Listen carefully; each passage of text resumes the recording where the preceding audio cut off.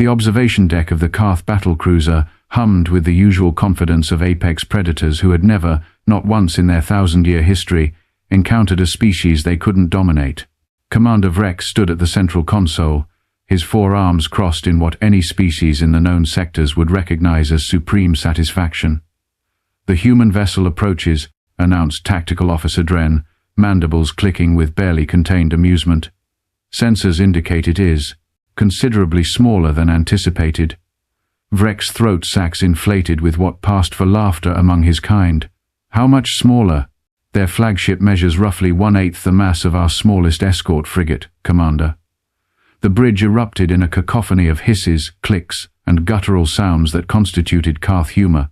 They had been tracking this particular human ship for 6 cycles, ever since it had wandered into the disputed Helios margin, a stretch of space the Karth Dominion had claimed through the simple expedient of obliterating anyone who disagreed. "Visual confirmation," Dren continued, unable to suppress the quiver in his voice that signaled absolute glee. "Transmitting to main display." The holographic projection materialized, and the laughter intensified. The human ship looked like something a juvenile might assemble from scrap metal during recreational periods, asymmetrical, patched with what appeared to be different alloys in at least 7 locations. One of its 3 engines sputtered with an intermittent energy signature that suggested it was held together with determination and very little else. "Life signs?" Vrek asked, though he already knew the answer would provide further entertainment. "1, Commander. A single human. Biometric scans indicate." Dren paused, his eye stalks retracting slightly in confusion. "Female designation. Mass approximately 43% below average for human specimens. Elevated stress hormones, though, not in the ranges we typically observe before combat engagement." "1 female," Vrek repeated slowly, savoring each syllable. "They sent 1 female to challenge the Karth Dominion. Perhaps it is a distress situation," suggested Weapons Officer Kvaln from her station. "A refugee? A lost explorer? Then we shall enlighten this creature about the nature of the space she has violated," Vrek decided. "Open a channel." The communications array hummed to life, and the view screen flickered before resolving into an image that drew surprised chirps from several bridge officers. The human was indeed small by their species' already unimpressive standards. Her frame looked like it might shatter under standard Karth gravity.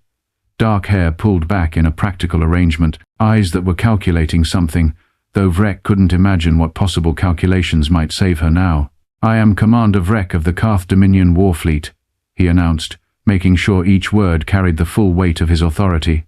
"You have entered restricted space. Your vessel will be seized. You will be processed as a prisoner under Dominion law. Resistance will result in your immediate termination. Do you understand these terms?" The human blinked once, twice, then her mouth curved in a way that Vrek's cultural database identified as a smile, though the algorithmic confidence rating was notably low. "So that's a no to the friendly welcome wagon?" she said. Her voice carried an odd quality, light, almost playful. Vrek consulted his translator, certain something had malfunctioned. No creature facing a Karth battle group should sound amused. "You misunderstand your situation," Vrek said slowly, wondering if perhaps human cognition was even more limited than the intelligence report suggested. "You are outmassed by a factor of 6,000 to 1. Your ship possesses no visible weapon systems. Your shields, if that flickering energy field can be called such, would not withstand a single volley from our point defense systems. There is no negotiation. There is no alternative. Surrender is your only option." "Right. The whole big scary alien armada thing," the human said, and had she just waved one hand dismissively? "I got that part. Here's the thing, though, and I really want you to follow me on this because it's important. I'm having a spectacularly bad week, like cosmically bad, and you all just happen to show up at exactly the wrong time." Dren's eye stalks swiveled toward Vrek in confusion. "Commander, I believe the human may be experiencing cognitive malfunction. Her stress hormones are declining, which contradicts all psychological models." "Perhaps she doesn't comprehend the language," Kvaln offered. "Oh, I comprehend just fine," the human interjected, apparently able to hear their bridge communications. Another oversight in their jamming protocols. Though what did it matter? "Let me lay it out for you. 72 hours ago, my cargo contract fell through because my employer decided embezzlement was a fun new hobby. 48 hours ago, My ship's navigation computer had what I can only describe as a nervous breakdown in the middle of a jump. 24 hours ago I ran out of coffee. She paused, and something shifted in her expression. The smile remained, but it changed quality, like watching ice form on water. And 6 hours ago, I got word that the orphanage where I grew up, the only place in the whole universe I ever called home, is shutting down because they can't make their operating costs. So I'm trying to get back to help, and you all are now standing between me and that goal. Tragic, Vrek said flatly, and irrelevant. You have 30 seconds to power down your systems or we will do it for you. You know what the kids at that orphanage used to call me? The human continued as if he hadn't spoken. Scrap. Short for scrap metal. Because I was small, broke easily, not built for the world. The older kids would push me around, and I'd go down like I was made of glass. The staff thought I'd never survive off-planet. 20 seconds. They were wrong about the surviving part, she said, and now her hands were moving across her console with sudden, precise efficiency. But they were right about something. I do break easily. Humans in general, actually. We're fragile, soft, our bones snap, our skin tears, we can't handle temperature extremes. By galactic standards, we're basically walking sacks of meat, held together by hope and stubbornness. 10 seconds. Power down now. But here's the thing nobody tells you about fragile creatures, the human said, and her ship's sputtering engine suddenly stabilized, its energy signature climbing steadily. Here's the secret about things that break easily. We know we're breakable, we've always known. And that knowledge does something to a species. It makes us creative. It makes us vicious. It makes us the kind of insane that looks at bigger predators and thinks, how do I kill that before it kills me? Vrek's throat sacs constricted. Dren, weapons lock. Disable that ship. Targeting systems engaged, Commander. Firing in 3, 2. The human ship vanished. Not jumped. Not cloaked. It simply ceased to exist in that location and reappeared 2,000 kilometers to port, well inside the defensive perimeter of the Karth formation. What just happened? Vrek roared. Impossible. The human vessel just executed a micro-jump inside normal space, Dren stammered, his mandibles clicking frantically. That technology doesn't exist. The gravitational shear alone should have torn her ship apart. Should have, the human's voice returned, now broadcasting from her new position. That's a fun phrase. You all use it a lot. This should kill humans. That should stop them. They should know better. Let me tell you what should have killed me. Starvation when I was 6. Exposure when I was 9. A mining accident when I was 14. A pirate raid when I was 17. Every single one of those things should have killed me. I'm still here. Her ship moved again. Another impossible micro-jump that placed her directly above the battlecruiser's command section. Kvaln, fire everything, Vrek ordered. The Karth weapon systems, pride of the Dominion military, unleashed enough destructive energy to glass a small moon. Plasma cannons, particle beams, kinetic accelerators, all converging on a single tiny target. The human ship flickered through the barrage like light through a prism, each micro-jump leaving after-images that confused the targeting solutions. Not a single shot connected. She's using our own firing solutions against us, Kvaln reported, horror creeping into her voice. She's calculating our targeting algorithms in real time and jumping before the weapons can lock. That level of computational speed is impossible for organic cognition, Dren protested. Impossible, the human echoed mockingly. There's that word again. You want to know how I'm doing this? How a soft, fragile, breakable human in a ship held together with prayers and desperation is making your military-grade battle fleet look like they're swinging at shadows. Her ship stopped moving, hovering in what any tactical analyst would identify as a suicide position, vulnerable from 3 angles simultaneously. It's because I'm scared, she said simply. Absolutely terrified. Humans discovered a long time ago that fear, real visceral terror, does something to our brains. It speeds us up, sharpens us, makes us see patterns we shouldn't be able to see. Every human pilot who survived combat will tell you the same thing. Time slows down. The universe crystallizes. You stop thinking and start knowing. Vrek watched his tactical display update, showing the human ship's projected firing solutions. They were impossible. She had no weapons. The sensors confirmed this absolutely. I'm giving you a choice. Now, the human said. Same choice you gave me. 30 seconds. Move your fleet out of this sector, or I demonstrate what humans do when we stop being scared and start being angry. You have no weapons, Vrek stated, clinging to this fact like a drowning swimmer grasping at debris. I have a cargo hold full of medical supplies, the human replied. Morphine, antivirals, synthesized nutrients. All for those kids I told you about. All in pressurized containers. All very carefully not explosive, but any substance becomes explosive with the right application of pressure and velocity. And this ship, for all its problems, has a very functional cargo bay ejection system. Her tactical meaning crystallized in Vrek's mind with sickening clarity. She was going to weaponize her medical supplies. Turn healing materials into improvised ordnance through nothing more than basic physics and calculations that her fear-enhanced brain was apparently performing faster than their military computers.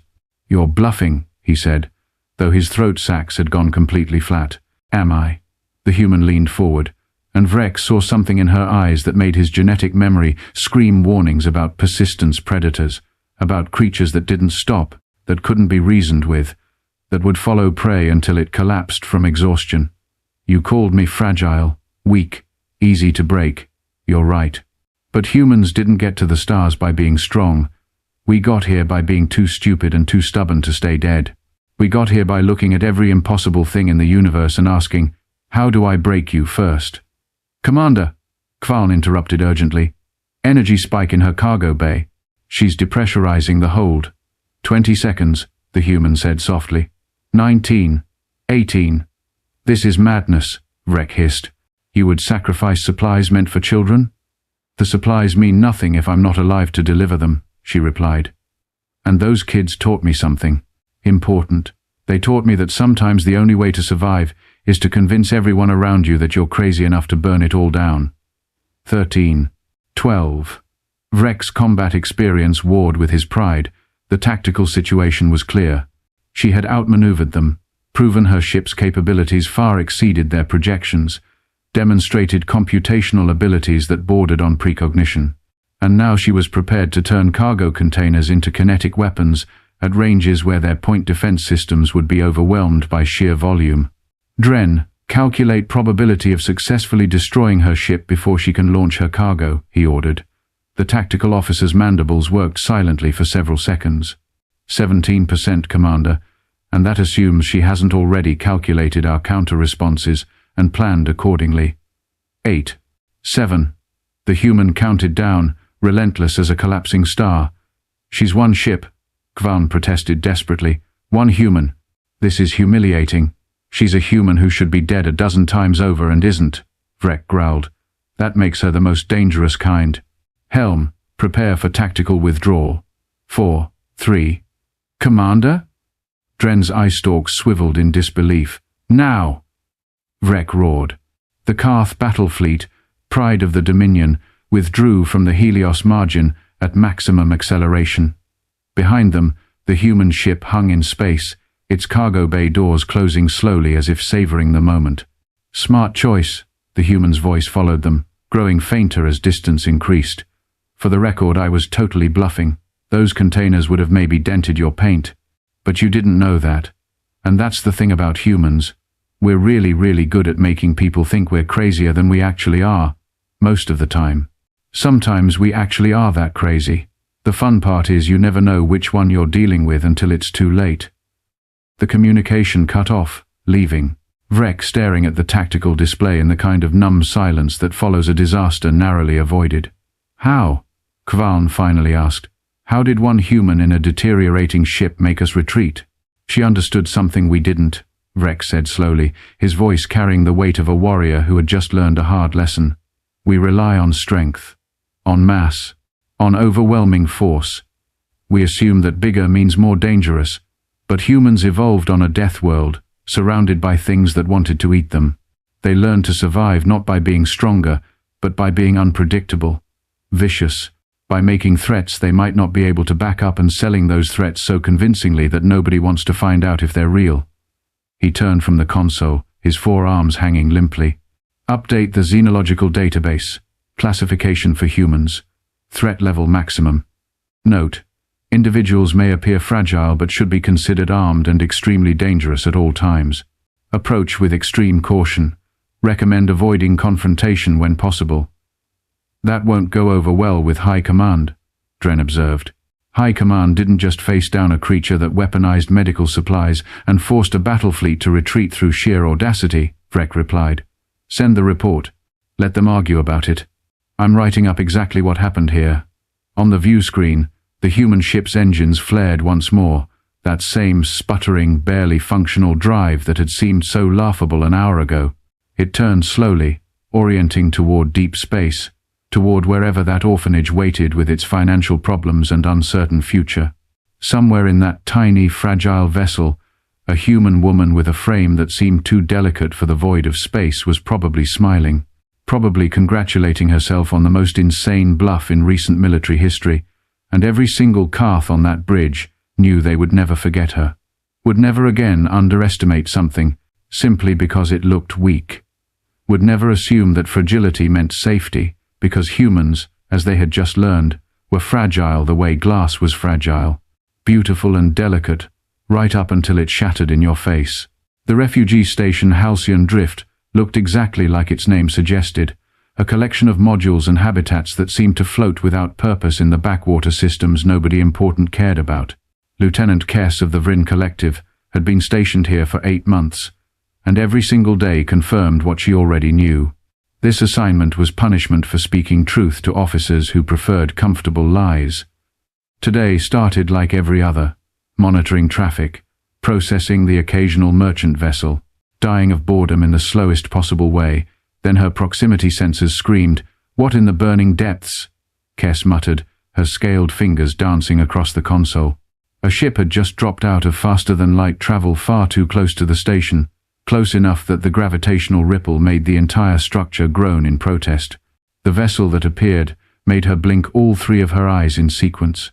It looked like someone had taken 5 different ships, smashed them together, and declared the result functional through sheer optimism. Scorch marks covered half the hull. One engine was clearly operating at a fraction of capacity.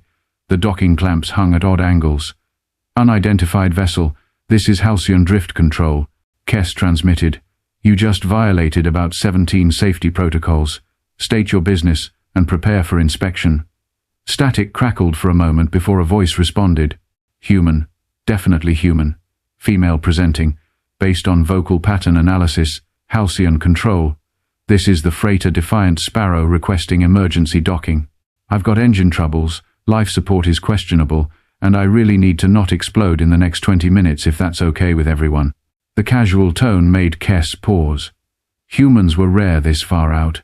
Their expanding sphere of influence hadn't quite reached the forgotten corners where stations like Halcyon existed. And the name Defiant Sparrow triggered something in her recent memory. She pulled up the shared intelligence feeds, the ones that got updated whenever something actually interesting happened in the galaxy. There, 3 cycles old, a report from the Karth Dominion.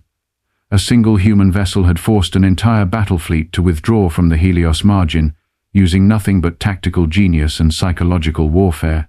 Ship name, Defiant Sparrow. "Oh, this should be entertaining," Kess said to nobody in particular. "Sparrow, you're cleared for docking bay 7. Try not to crash into anything valuable." "Define valuable," the human replied. "Anything that costs money." "So not your welcoming personality then."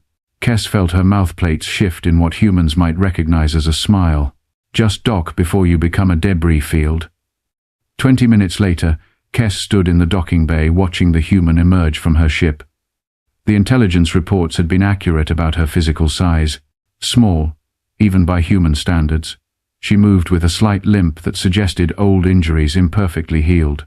Her clothing was practical to the point of being threadbare, patched in multiple locations with materials that didn't quite match. But her eyes, those stopped Kess cold. They held the kind of awareness that came from surviving things that should have killed you. Prey animal eyes that had learned to think like a predator. "Lieutenant Kess, I presume?" the human said, extending one hand in their peculiar greeting ritual. "Name's Mara Locke. Sorry about the dramatic entrance. My navigation computer has developed opinions about how jumps should be calculated, and those opinions don't align with conventional physics." Kess clasped the offered hand briefly. "You're the human who embarrassed the Karth." "Embarrassed is such a strong word," Mara replied, but her expression suggested she was quite pleased with the description. "I prefer strategically inconvenienced. Is there somewhere we can talk? Preferably somewhere with coffee, though I know that's probably asking too much. We have a commissary, no coffee.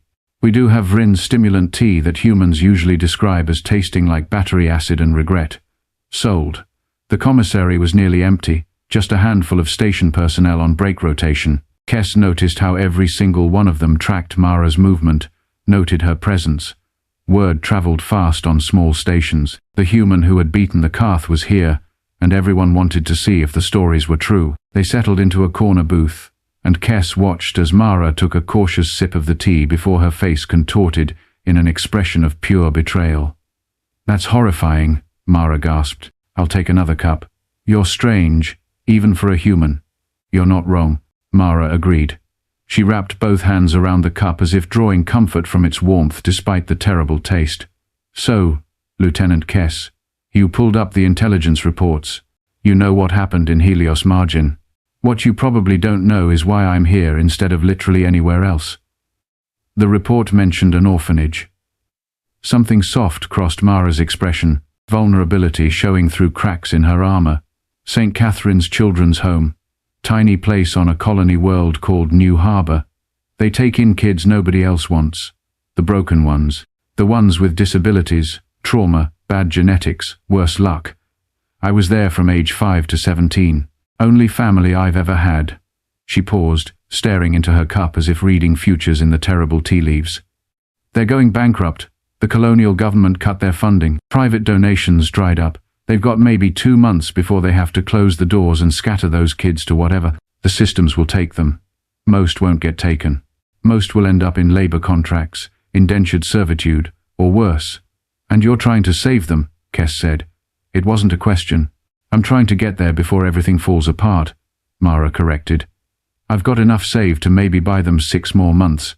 After that?" She shrugged, the gesture carrying the weight of impossible problems. "After that, I figure something out. I'm good at figuring things out when the alternative is people I care about suffering." Kess leaned back, studying this strange small human who had somehow become a legend in 3 cycles flat. "The Karth put out a bounty. Did you know that?" Mara's expression didn't change. "How much?" 50,000 credits, alive only. They want to make an example. 50,000? Mara laughed, sharp and bitter. "That's almost insulting. I forced their entire military to look incompetent, and I'm only worth 50,000? I should invoice them for the emotional damage to their reputation. You're not concerned?" "Lieutenant, I've had prices on my head since I was 19 and accidentally exposed a trafficking ring while trying to deliver medical supplies. This isn't my first bounty, and it won't be my last. The trick is staying mobile, staying unpredictable, and never being where people expect you to be." A commotion at the commissary entrance interrupted them. 3 figures entered, and Kess felt her scales ripple with instinctive warning. Brackthon mercenaries, judging by their armor configuration and the weapons they weren't bothering to conceal. They moved with the casual confidence of predators who had never encountered anything they couldn't kill. Their leader, a massive specimen with scars crisscrossing his chest plates, scanned the room before his eyes locked onto Mara. His mouth split in what passed for a smile among his kind. "Well, well," he rumbled, voice like rocks grinding together. "The famous human, smaller than the stories suggested." Mara took another sip of her terrible tea. "You know, people keep saying that. Really doing wonders for my self-esteem." "You have something we want," the Brackthon continued, moving closer. His 2 companions fanned out, blocking potential exits. "The Karth bounty is generous, but we're reasonable creatures. Give us your ship's navigation logs, specifically your calculations for micro-jump technology, and we'll let you walk away. Everyone profits." "Except I don't profit," Mara pointed out calmly, "and that technology doesn't actually exist the way you think it does." "Then you can explain that to our clients after we've collected you." Kess started to rise, reaching for her sidearm, but Mara's hand touched her wrist. Light pressure, barely there, but carrying a clear message. "Wait, let me tell you a story," Mara said, addressing the Brackthon leader. When I was 7 years old at St. Catherine's, there was this kid, bigger than me, which wasn't hard, meaner too. He liked to take things from the smaller kids, food, toys, whatever. One day he took my book, only thing I owned, only thing that was mine. She set down her cup with deliberate care. I broke his nose, then his arm, then 3 of his ribs. The staff pulled me off him before I could finish. You know what they said? They said I was vicious, uncontrolled, dangerous. They were right, but what they didn't understand was why. The Brackthon had stopped advancing, something in Mara's tone triggering ancestral warnings about prey that fights back wrong. Humans are persistence predators, Mara continued, her voice dropping to something cold and clinical. We're not built for the sprint, we're built for the hunt that doesn't end, for tracking prey for days until it collapses from exhaustion. That same wiring, that same relentlessness, it applies to everything we do, including revenge. Especially revenge. Is that a threat? The mercenary asked, but his certainty had developed. Cracks. It's a history lesson, Mara replied. You're Brackthon. Your species has 14 major wars in your historical record. You won 8, lost 6. All of them ended through negotiation or conquest. Fast, clean, decisive. She stood slowly, and despite being less than half the Brackthon's size, something about her presence filled the space. Humans have fought thousands of wars. Know how many ended with negotiation? Almost none. We don't stop. We don't negotiate. We grind our enemies down over years, decades, generations if necessary. We've fought wars that lasted 100 years. We've held grudges that outlived empires. When you threaten a human, you're not just making an enemy. You're making an enemy for you, your children, your children's children, until someone finally has the sense to stop. The commissary had gone completely silent, everyone watching, everyone waiting to see how this resolved. So here's what's going to happen, Mara said quietly. You're going to walk out of here, you're going to forget you saw me. You're going to tell whoever hired you that the human wasn't worth the trouble, and in exchange I'm going to forget this conversation happened. And if we refuse? The Brackthon leader asked, though his body language had shifted to something more defensive. Mara smiled, and it was the most terrifying expression Kes had ever seen on any species. Empty, cold. The smile of something that had stopped being afraid and started being inevitable. Then I'll do what humans always do when we're pushed too far. I'll become your problem forever. I'll learn everything about you. Your routes, your contacts, your operations, and every single time you think you're safe, every time you think you've escaped, I'll be there. Not today, maybe not tomorrow, but eventually. Because humans are very, very good at waiting for the right moment to hurt the things that hurt us. The silence stretched. Seconds became minutes. The Brackthon mercenaries exchanged glances, some communication passing between them that needed no words. Finally the leader stepped back. This station's too public anyway, too many witnesses, not worth the complication. They left, moving faster than their pride probably wanted. The commissary remained quiet for another 30 seconds before conversation slowly resumed, everyone carefully not looking at Mara while simultaneously being hyper-aware of her presence. Kes released a breath she hadn't realized she was holding. You would have actually done it, everything you just threatened. Probably not, Mara admitted, settling back into her seat. Her hands were shaking slightly, adrenaline aftershocks. But they didn't need to know that. Tactical psychology, Lieutenant.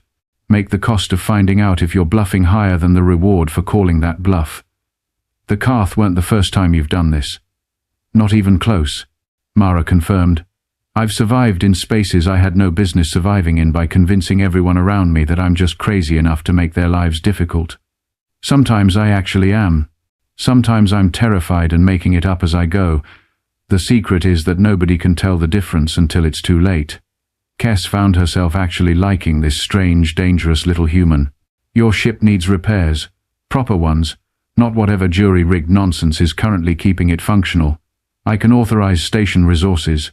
I can't pay, Mara said bluntly. Consider it a gift from someone who appreciates watching bullies back down, Kes replied. Besides, you're the most interesting thing that's happened to this station in 8 months. I'm selfishly motivated to keep you alive. Mara's smile changed quality, becoming something genuine and warm. Thank you. Seriously, every little bit helps. The repairs took 3 cycles. Kes spent much of that time in the docking bay, watching Mara work alongside the station engineers.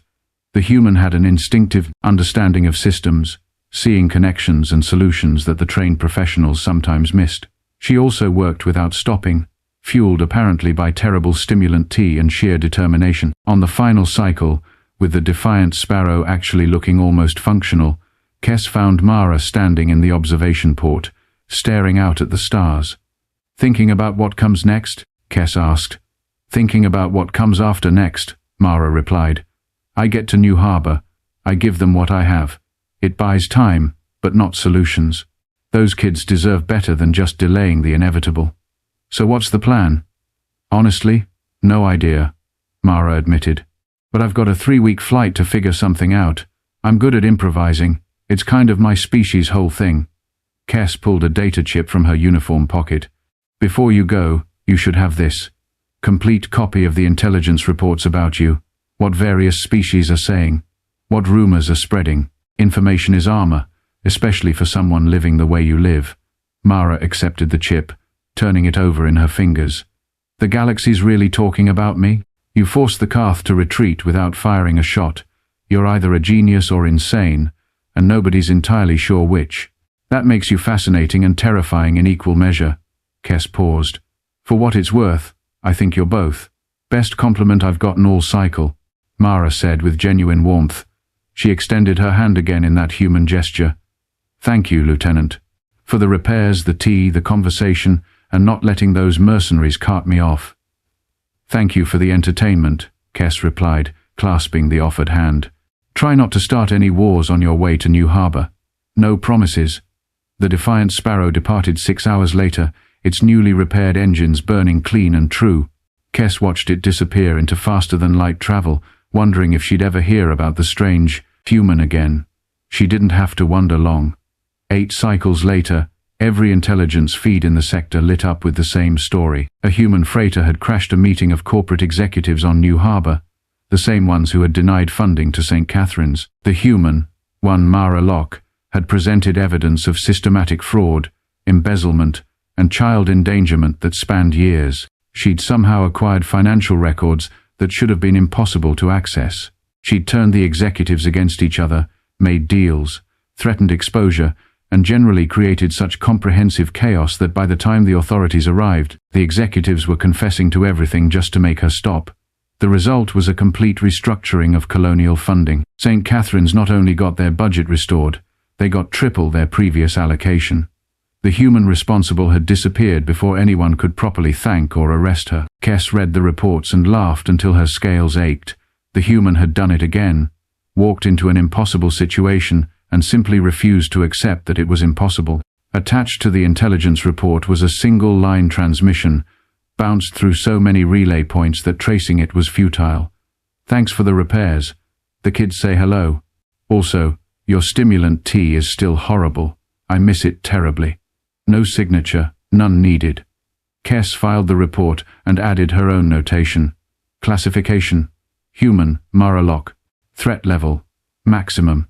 Approach with caution. Recommend avoiding confrontation when possible. Additional note: if unavoidable, recommend surrender immediately. This one doesn't bluff. She just makes you think she is. Somewhere in the vast darkness between stars, a small, battered freighter jumped toward its next impossible task.